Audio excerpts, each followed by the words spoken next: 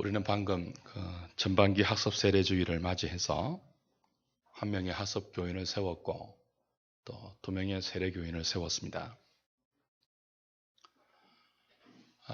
이 학습 세례식은 성례 가운데 하나예요. 다음 주에 우리가 행할 성찬 예식과 더불어서 개혁교회가 은혜의 수단으로 삼는 그 성례 가운데 하나입니다. 그리고 이 성례는 지상의 교회 가운데 어떤 교회가 참된 교회인지를 분별하는 참된 교회의 시금석, 참된 교회의 표지 중에 하나로 들 만큼 굉장히 중요한 의미가 있는 예식이에요. 전통적으로 교회는 지상의 교회 가운데 어떤 교회가 참 교회인가라는 것을 세 가지의 표지를 보고 판단했습니다. 첫 번째는 하나님의 말씀이 신실하게 선포되고 있는가, 그것이 참된 교회를 가리는 첫 번째 표지였어요. 두 번째가 오늘 우리가 행한 이 성례입니다. 오늘과 다음 주에 행할 이 성례예요. 이 복음의 전파는 말로 설교하는 것이잖아요. 그죠? 그래서 그 교회가 아무리 사람들이 많이 모이고 또 거룩한 어떤 그 예식이 있다 할지라도 하나님의 말씀이 바르게 선포되고 있지 않으면, 그리고 그 말씀대로 살아가는 삶의 모습이 없다면 교회가 아니라고 역사적으로 우리 개혁교회는 표지로 말씀의 선포를 보하는 것입니다. 근데 이 성례는 들리는 말씀 정도가 아니고 그 복음의 정신을 눈에 보이는 예식에 담아서 모든 회중들이 확인하는 그런 거룩한 시간입니다. 그래서 이 성례를 바른 의미를 담아서 바르게 시행하는지, 물론 이것은 캐톨릭과 비교되는 의미가 당시에 강했어요. 캐톨릭의 성례는 7가지 성례가 있는데 그 성례를 신비한 마술적인 효력이 있는 예식으로 보았습니다. 그 성례를 참가하면 그게 신비한 구원의 효력을 주어서 7가지 예식을 통해서 성도들에게 구원으로 이끈다 하는 그런 생각을 갖고 있었어요. 그래서 그것과 대조되게 개혁교회는 이 학습 세례와 성찬 이 두 가지만 교회가 말씀에 근거해서 집행하는 거룩한 예식에 단 2가지밖에 없다고 보았고, 이 2가지 예식도 구원을 베푸는 마술적인 효력이 있는 것이 아니고 우리가 늘 교회에서 선포되는 말씀을 듣잖아요. 그죠? 그 말씀의 의미가 가장 농축적으로 집약되어 있는 어떤 눈에 보이는 예식. 그래서 그 말씀을 가장 엑기스를 뽑아서 우리가 지금 시행한 이 세례와 또 다음 주에 시행할 세례, 성찬 이것들을 통해서 복음을 리마인드 시키고 복음의 정신과 복음의 의미를 다시 새기는 그런 쪽으로 은혜의 수단이 된다고 본 것이 이 성례예요. 나머지 하나는 그 성례와 복음 전파를 통해서 교인들이 그 말씀의 원리대로 살지 못할 때 교회가 지도하잖아요. 당회가 세워진 이유가 그것 때문이에요. 여러분들이 장로님을 뽑고 그 장로님들이 교인의 대표가 되어서 치리회를 구성하는 것이 그 이유예요. 모든 교인들이 선포된 말씀대로 살고 있는지를 살펴서 그렇게 살지 못하는 사람을 지도하고, 그죠? 양육하는 거죠. 그걸 위해서 개혁교회는 당회를 구성해요. 그래서 이제 말씀대로 살지 못하는 사람들이 있으면 신방을 가는 거죠. 그래서 그렇게 살아서는 우리가 하나님의 언약 백성다운 삶이 아니죠. 말씀대로 잘 삽시다라고 당부하는 것이 당회가 하는 일이에요. 근데 그렇게 당부했을 때도 이 지체가 말씀대로 사는 것을 거부할 때는 당회가 이제 치리회가 되는 거죠. 그냥 당회가 아니고 치리회가 되어서 이 사람을 이 공동체 가운데 성찬에 참여하지 못하도록 하고 회개할 기회를 주는 그 치리, 권징이 있는지 없는지를 교회의 참된 표지가 되는 세 번째의 시금석으로 본 것입니다. 그래서 지상의 교회 가운데 어떤 교회가 참된 그리스도의 몸된 교회인가를 가늠하는 세 가지의 표지로 무엇을 들었다고요? 첫 번째가 뭐라고요? 말씀의 신실한 선포예요. 두 번째가 뭐라고요? 성례예요, 성례. 세 번째가 뭐라고요? 권징의 시행이에요.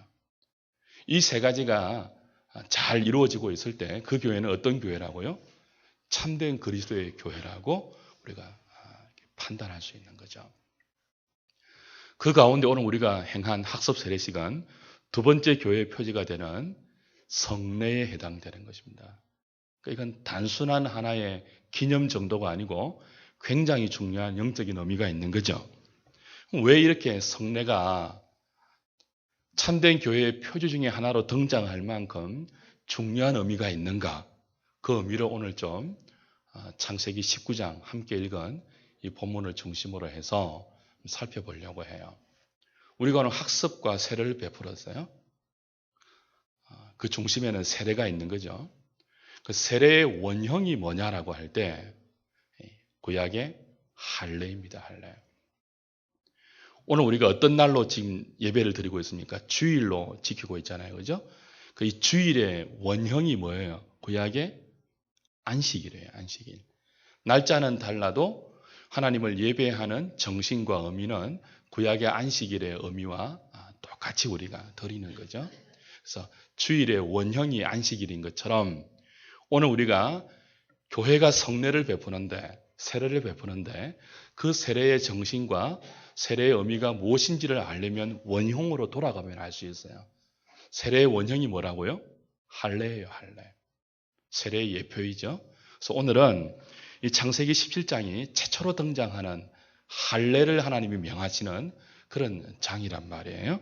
이 할례가 어떤 의미인지를 우리가 함께 좀 배워서 확인해서 오늘 우리가 함께 세례 베푼 그 의미를 되새기고 또 이미 세례받은 여러분들도 그 정신대로 살고 있는지를 점검해보는 그런 시간이 되었으면 좋겠습니다. 창세기 17장은 하나님이 아브라함에게 아브라함 나이 99세에 나타나셔서 언약을 갱신하는 장면이에요. 우리가 오늘 다 보진 않았지만 1절부터 8절까지를 보면 아브라함 나이 99세에 하나님이 전능하신 분으로 나타나셔서 나 앞에서 완전하라고 요구하시고 언약을 갱신하십니다. 이 언약은 새로운 약속이 아니에요. 이미 하나님께서 창세기 12장에 아브라함을 부르실 때 약속을 주셨거든요. 그 약속에 똑같은 내용의 약속이에요. 두 가지죠. 하나는 아브라함에게 자손을 주겠다는 거예요. 또 하나는 뭐예요? 아브라함에게 땅을 주겠다는 거예요. 그래서 하나님이 아브라함에게 자손과 땅을 주어서 아브라함을 그리고 그의 자손들을 하나님의 자녀로 만들고 하나님은 그들의 하나님이 되겠다는 그런 약속을 하나님이 아브라함을 부를 때부터 처음부터 약속을 맺었어요. 근데 지금 이 약속을 맺은 아브라함이 계약의 한 당사자인데 그 약속을 지키지를 못했어요. 그래서 그 약속이 사실은 깨트려진 것이라고 볼 수 있죠. 그래서 하나님이 아브라함 나이 99세 때에 다시 나타나셔서 언약을 뭐 하신다고요? 갱신합니다. 갱신. 그리고 갱신하고 나서 그 언약의 표지로 뭘 명하는 거예요? 할례를 받으라고 명하는 거예요. 왜 아브라함이 언약을 깨트렸는가 하면은 창세기 16장 후반부하고 연결이 되어요. 창세기 17장 바로 앞에 보면은 아브라함의 나이 86세 때에 아브라함이 아들 누구를 낳았다고 되어 있어요? 이스마엘을 낳았다고 되어 있어요. 그죠? 창세기 16장 마지막 절 그렇게 되어 있죠? 그리고 17장에는 아브라함 나이 몇 세 때로 뛰어넘어요? 99세 때로 뛰어넘어요. 그러니까 13년 동안의 갭이 있는 거죠. 아브라함의 생애 가운데 13년은 공백 기간으로 되어 있습니다. 성경이 기록이 안 되어요. 하나님께 부름받고 나서부터 이 13년은 실종됩니다. 사라집니다. 그게 뭐냐 하면은 아브라함이 이스마엘을 낳은 사건 때문에 그래요. 그리고 99세 때 하나님이 전능하신 분으로 나타나셔서 너는 언약을 깨뜨렸다. 그러니까 다시 내가 언약을 새롭게 갱신시켜 주겠다. 다시는 이 언약을 잊지 말아라 하고 언약의 표징으로 할례를 명하시는 거예요. 아브라함이 언약을 깨뜨렸다는 게 뭐냐 하면 언약의 약속의 두 내용이 뭐였다고? 하나는 자손이고 하나는 땅이었잖아요. 그러니까 하나님이 아브라함 부를 때 내가 너에게 자식을 주겠다고 했습니다. 자손을 주겠다고. 하늘의 별같이 바다의 모래같이 자손을 줄 것이며 그들은 복의 근원이 될 것이다. 그렇게 말했단 말이에요. 그러니까 하나님께서 아브라함에게 자식을 주겠다고 약속을 했어요. 근데 아무리 기다려도 아브라함 입장에서 아무리 기다려도 자식이 있습니까? 없습니까? 자식이 안 생기니까 그 약속을 믿지 못한 거예요. 하나님은 약속을 주셨어요. 어떤 약속을요? 자손의 약속을 주셨어요. 내가 너에게 주겠다. 자손을. 네가 얻는 것이 아니고 내가 너에게 주겠다. 그랬습니다. 그리고 그 자손을 통하여 하나님의 나라를 이루겠다. 그렇게 말했어요. 그런데 아브라함이 아무래도 안 생기니까 그 약속을 믿지 못하고 86세 때에 뭘 한 거예요? 자신의 방법으로, 자신의 계획으로, 자신의 수단으로 사레의 몸종 하갈을 통하여 아들을 얻은 거예요. 그 아들의 이름이 뭐예요? 이스마엘이에요. 갈라디아서를 보면 바울이 이 사건을 주석하기를 이스마엘은 누구의 자손이라고요? 약속의 자식이 아니고 뭐예요? 육신의 자손이다 그랬습니다. 그러니까 약속을 따라 난 아들이 아니라는 거예요. 그냥 아브라함이 자기 생각으로, 자기 능력으로 아직까지는 자식을 낳을 능력이 있으니까 그때는 지금보다 훨씬 오래 살았잖아요. 86세 때도 자손을 생산할 능력이 있었는 거예요. 그러니까 아브라함과 사라의 몸종 하갈을 통하여 아브라함이 자신의 능력으로, 자신의 힘으로, 자신의 수단으로, 자신의 생각으로 아들을 얻은 거예요. 그걸 하나님은 뭐예요? 약속을 믿지 못했다고 이야기한 거죠. 너 나와의 약속을 믿지 못하고 약속을 깨뜨렸구나. 하나님이 하나님의 능력으로 아들을 주겠다고 했는데 그 하나님의 능력을 믿지 못하고 자기의 능력으로 뭐예요? 아들을 본 거예요. 아들을. 그래서 13년 동안 하나님이 아브라함에게 나타나지 않습니다. 16장과 창세기 17장 1절 사이에 13년의 시간적인 갭이 있잖아요. 아마 이 13년 동안 아브라함은 늦동이라 할 수 있겠죠. 이스마엘의 재롱을 보면서 얼마나 기쁘고 즐겁고 사는 의미를 느꼈겠습니까? 86세에 기다리는 아들을 보았어요. 86세에. 한번 상상을 해보세요. 금덩어리 아니겠습니까? 금덩어리. 그 귀한 아들이 어디 있겠습니까? 그 재롱 보는 것 천국 아니겠습니까? 아브라함의 생애 가운데 이 13년 이스마엘의 재롱을 보면서 이스마엘이 자라가는 것을 보면서 느끼는 그 만족, 그 의미보다 더 좋은 기간이 있었을까요? 그러나 그럼에도 불구하고 아브라함 자신은 이스마엘의 재롱을 보는 것이 그렇게 좋을지 몰랐겠지만 하나님 편에서는 뭐예요? 없는 기간이에요. 없는 기간. 성경에 기록할 수 없는 기간이에요. 아브라함 자기는 좋을지 모르겠지만 하나님은 인정하지 않는 기간이에요. 하나님의 약속의 자녀가 언약의 백성으로 인정해 줄 수 없는 그런 기간이 16장 마지막 절과 17장 1절 사이에 있는 성경에서 사라진 13년의 기록이란 말이죠. 하나님은 아브라함 자신의 힘과 자신의 능력과 자신의 방법으로 낳은 아들을 인정하지 않는 것입니다. 그러면서 다시 불러가지고 전능하신 하나님으로 나타나세요. 의미가 있죠. 너는 나의 능력을 믿지 못해서 기다리지 못하고 네 능력으로 아들을 보았다 그거예요.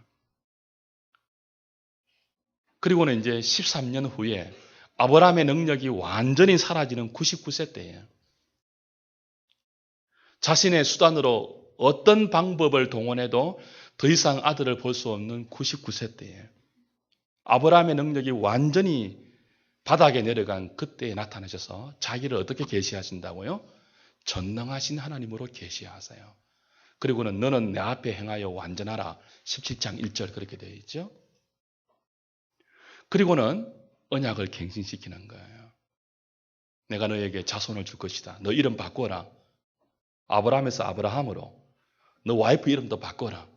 열국의 아비, 열국의 어미 그런 이름으로 바꾸어라. 이건 뭐예요?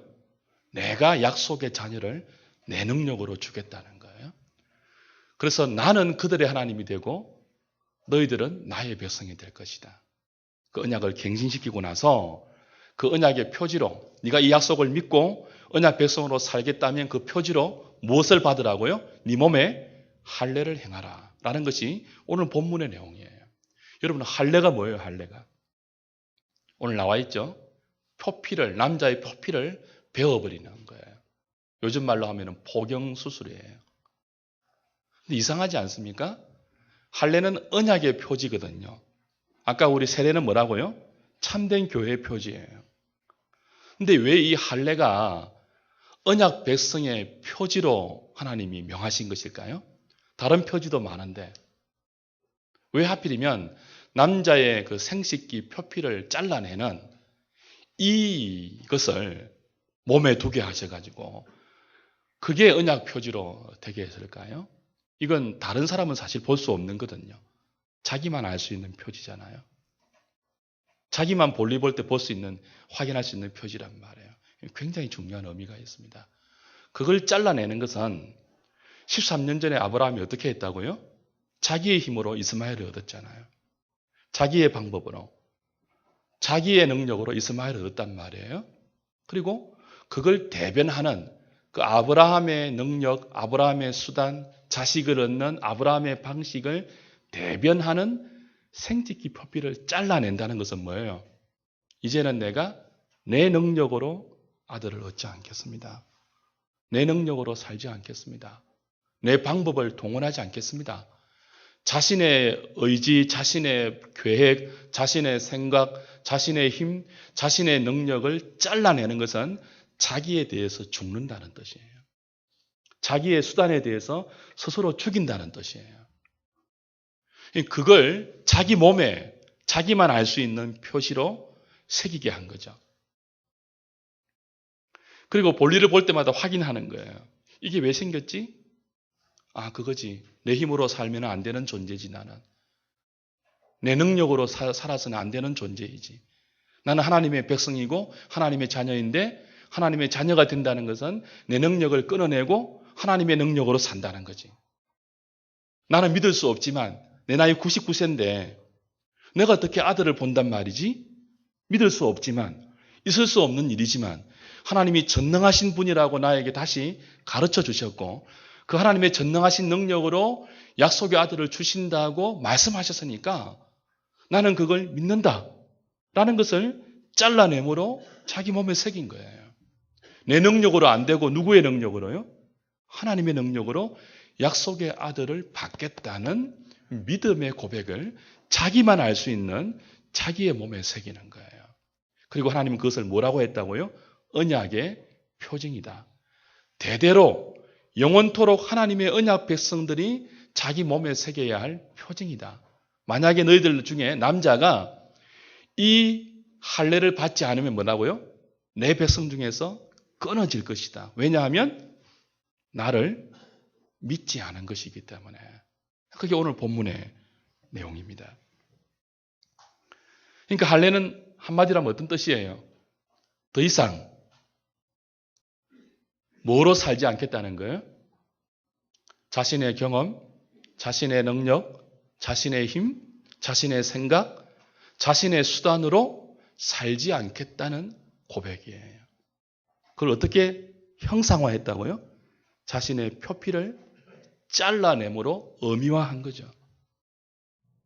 그리고 이제는 누구의 힘으로 살겠다는 거예요? 하나님이 가르쳐 주신, 전능하다고 우리에게 가르쳐 주신, 나는 그게 이성적으로 잘 믿어지지 않아도 하나님이 스스로 전능하신 분이라고 말씀하신 그 하나님의 능력을 의지하고 살겠습니다 하는 게 뭐라고요? 할례가 우리에게 주는 표징이에요. 표징. 나에 대해서 죽고 하나님의 능력으로 살겠습니다 하는 것을 구약의 언약 백성들은 뭐예요? 볼 때마다 자기가 볼일을 보면서 볼 때마다 아, 내가 이런 사람이지 확인받는 거예요. 그럼 여자들은요? 그 당시는 어떤 시대라고요? 여자들은 사람에 안 쳤잖아요. 그 남자가 대표로 하는 거예요. 언약 공동체 가운데. 여러분은 정말 복된 시대에 살고 있는 것입니다. 그럼 난지 8일 만에 할례를 베푸는데 애들이 무슨 그런 의미를 알겠습니까? 애들은 모르잖아요. 그냥 부모가 시키는 거잖아요. 그죠? 무슨 뜻이에요? 공동체가, 부모가 언약의 자녀임을 부지런히 가르쳐야 한다는 거예요. 그래서 우리 개혁교회는 유아 세례를 인정해요. 이 본문에 근거해서. 부모가 대신, 그죠? 이 아이의 고백을 믿음으로 담아서 유아 세례를 받게 하고 뭐 하는 거예요? 그 의미를 가르쳐서 언약 백성으로 키운다는 의미죠. 그래서 이스라엘 공동체는요, 신약 교회의 원형이잖아요. 예표잖아요. 이 공동체 안에는 언약 백성인데 할례를 안 받으면 못 들어가요. 그 공동체에서 끊어지는 거예요. 우리도 보십시오. 세례를 받아야 비로소 교회에 뭐가 돼요? 멤버십이 돼요. 공동의회 자격이 누구예요? 의원 자격이 누구예요? 세례교인이에요. 세례교인. 그죠? 우리 모든 교회의 정식적인 멤버십, 교인의 권리와 의무를 행사하는 이 정식적인 멤버십의 입성 첫 번째 발걸음이 뭐예요? 세례란 말이죠. 세례. 구약에 할례 받지 않는 백성은 끊어진 것과 동일한 의미예요. 그래서 바울은 로마서 6장에서 신약의 세례의 의미를 정확하게 구약 할례의 의미를 개성한 것이라고 이렇게 가르쳐주고 있습니다. 로마서 6장 찾고 우리 조금 마무리할까요? 신약 성경 로마서 6장 1절부터 11절까지입니다.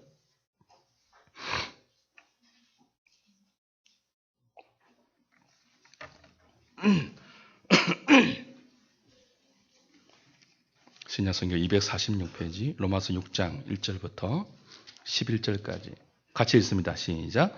그런즉 우리가 무슨 말을 하리요? 은혜를 더하게 하려고 죄에 거하겠느냐? 그럴 수 없느니라. 죄에 대하여 죽은 우리가 어찌 그 가운데 더 살리요? 무릇 그리스도 예수와 합하여 세례를 받은 우리는 그의 죽으심과 합하여 세례를 받은 줄을 알지 못하느냐? 우리가 그의 죽으심과 합하여 세례를 받음으로 그와 함께 장사되었나니 이는 아버지의 영광으로 말미암아 그리스도를 죽은 자 가운데서 살리심과 같이 우리로 또한 새 생명 가운데서 행하게 하려 함이라. 만일 우리가 그의 죽으심과 같은 모양으로 연합한 자가 되었으면 또한 그의 부활과 같은 모양으로 연합한 자도 되리라. 우리가 알거니와 우리의 옛사람이 예수와 함께 십자가에 못 박힌 것은 죄의 몸이 죽어 다시는 우리가 죄에게 종노릇하지 아니하려 함이니 이는 죽은 자가 죄에서 벗어나 어렵다 하심을 얻었습니다. 만일 우리가 그리스도와 함께 죽었으면 또한 그와 함께 살 줄을 믿노니 이는 그리스도께서 죽은 자 가운데서 살아나셨음에 다시 죽지 아니하시고 사망 그를 주장하지 못할 줄을 알미로라. 그가 죽으심은 죄에 대하여 단번에 죽으심이요 그가 살아계심은 하나님께 대하여 살아계심이니 이와 같이 너희도 너희 자신을 죄에 대하여는 죽은 자요 그리스도 예수 안에서 하나님께 대하여는 살아있는 자로 여길지어다. 사도 바울이 신약 교회가 행하는 세례의 의미를 정확하게 구약의 창세기 17장에 나오는 할례의 정신과 의미를 전승한 것이라고 주석을 해주고 있죠. 가장 많이 등장하는 표현과 단어가 뭐예요? 그리스도와 함께 죽는다. 그리스도와 함께 산다. 그런 뜻이에요. 세례가 뭐라는 거예요? 그리스도와 함께 옛사람에 대해서 죽는 거죠. 그럼 그리스도와 함께 옛사람에 대해서 죽는 게 구약식으로 말하면 뭐였습니까? 자기 힘으로 이스마엘을 얻었던 그걸 잘라내는 거예요. 내 힘으로 이제는 안 하겠다는 거예요. 그렇죠? 그리고 그리스도와 함께 새로운 생명으로 산다는 게 뭐예요? 이제는 전능하신 하나님의 능력을 의지하고 그 하나님의 은혜로 살아가겠다는 다짐이라는 거죠. 그게 뭐죠? 세례입니다. 세례. 주와 함께 죽고 주와 함께 사는 거예요. 뭐에 대해서 죽는 거죠? 죄에 대해서. 결국 죄가 뭡니까? 하나님의 능력을 의지하지 못하고 자기 수단으로 사라의 몸종 하갈을 통해서 자기 능력으로 이스마엘을 얻은 그게 뭐예요? 죄라는 거예요. 윤리적, 도덕적 어떤 잘못 이전에 하나님의 말씀을 벗어나서 자기의 생각으로 살아간 것. 그게 옛 사람이죠. 옛 사람. 그걸 끌어내는 게 뭐예요? 자기에 대해서 죽는 거예요. 그리스도와 함께 십자가에 장사되는 것이 바로 그런 의미죠. 이걸 이제 우리는 세례로 형상화한 것입니다. 여러분이 아시다시피 신약의 세례는 요단강에서 베풀어졌잖아요. 조금 더 드라마틱하게 이미지화가 되죠.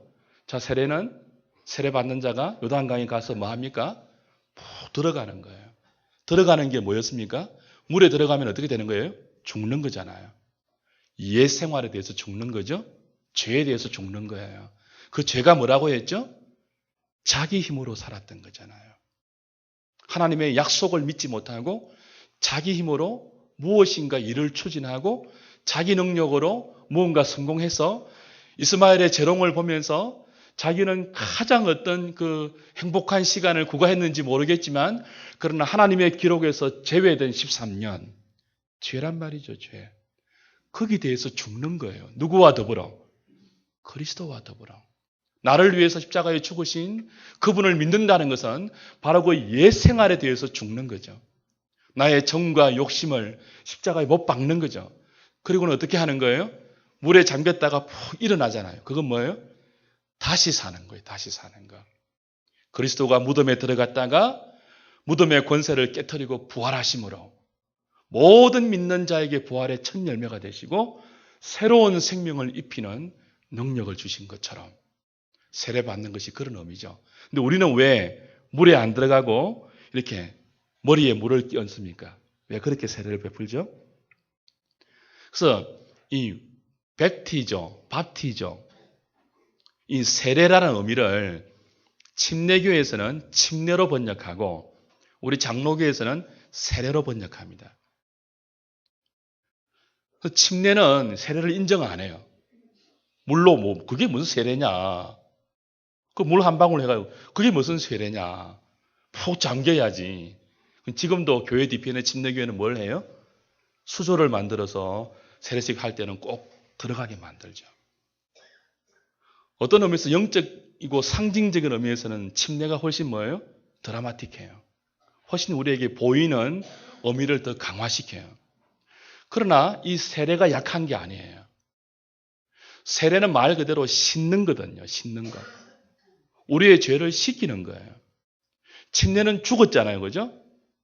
그 죽은 것은 그리스도가 죽은 것에 우리가 연합되는 거란 말이에요. 그리스도가 왜 죽으신 거예요? 우리의 죄를 용서하기 위해서 죽으신 거잖아요. 그러니까 세례가 뭐예요?